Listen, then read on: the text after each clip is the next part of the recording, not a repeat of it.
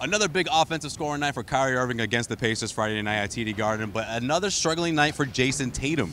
He didn't attempt a single shot throughout the second half. The Celtics still managed to win because of Kyrie Irving, but if this team is going to go far in the playoffs, Jimmy, we'll start with you. Okay. They're going to need to have big offensive outings from both of those guys. Kyrie Irving needs to have the Robin for his Batman, all right? I want to see these two guys score 20-plus points in the same game. Can we get that at least? I mean, we're in, what, almost 80 games into the regular season, and we've rarely seen that throughout the entire year. I'm going to find my inner, Kyrie. The lights go out here. I'm going to find my inner Kyrie and say that the yin and the yang between Kyrie and Tatum is just off balance right now. That's what you're going with? All right. They need to be on the right level to shoot up the ranks, get to the NBA Finals. You know, everything that everyone expects from this team, Kyrie and Tatum both need to be able to perform at an elite level during the same game. It's only going to get harder, and if it's constantly one or the other, there's not going to be enough there to get you over the top. I mean, we saw it in Cleveland. Kyrie was out. The Celtics needed that win desperately. They were on a 4-game losing streak. Jayson Tatum drops 21 in the first half. Looks like an all-star player, and then in the second half he slows down, didn't score as much and shoot as much. Tonight the same thing, 11 points in the first half, didn't attempt a shot in the second half of the game. I'd like him to play with a little bit more aggression, like his buddy JB, Jaylen Brown. Every time he gets the ball, he's looking to the cup, at least first. He's looking to score. Jayson Tatum needs that mentality, no matter whether Kyrie's on the bench, on the floor, or in the locker room, or in New York. Yeah, right. I actually love what you just said. Jaylen Brown he does look for a shot more, and he came off the bench tonight. He took 10 shots, you know, and he's over the last 2 months easily been better than Jayson Tatum. I think anyone who's consistently been watching the Celtics would say that. And again, tonight the case. Tatum is lacking right now that killer instinct, that killer mentality.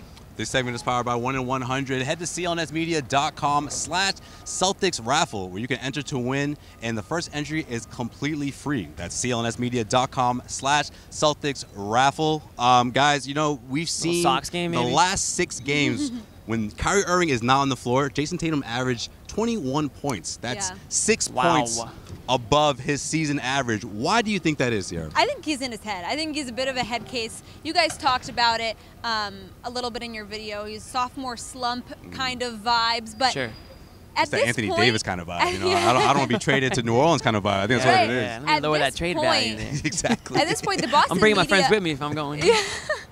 The Boston media talks about it constantly. It's a huge storyline this season, especially as of late. And it's not like these things just go over the heads of the players. They hear what's going on. They hear the rumblings around the street, around town. And I think at this point, this far in, it's a head case, and it's just going to take him having that breakout game, start to finish, not just one half, not just pieces here and there, that'll really get him out of it.